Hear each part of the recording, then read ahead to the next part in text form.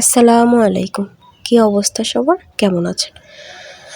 আমার লেজ কাটার দৃশ্য দেখে অনেকে আবার হাসবেন। বাড়ির লোক তো হাসেই। তো আমি কয়েক পিস মাছ তুলে রেখেছিলাম ফ্রিজে, যেন আমি পরের দিন রান্না করে সবাইকে দিতে পারি।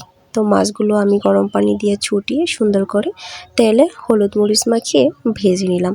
তো বাটা মশলার তরকারি কার না পছন্দ? আগের কালে মা চাচিদেরকে দেখতাম বাটা মশলা দিয়ে তরকারি রান্না করতো, বেশ মজাই লাগতো। তো পাটায় যে পানিটা ছিল সেটাও আমি ছাড়লাম না, সুন্দর করে আমি সব ময় মশলা দিয়ে একটুখানি জিরাও বেটে দিয়েছিলাম, সুন্দর করে কষিয়ে নিলাম। তরকারি যতটা কষাবেন ঠিক ততটাই মজা।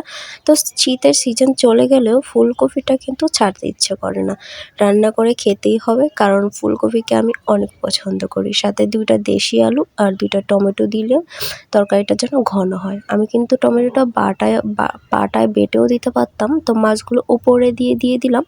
খানিকটা হয়ে আসার আগে একটু ধনিয়া পাতা দিয়ে দিলাম। দেখুন আমার তরকারির কালারটা বেশ সুন্দর হয়েছে। স্বাদ মতো লবণ দিয়ে নামিয়ে নেবেন।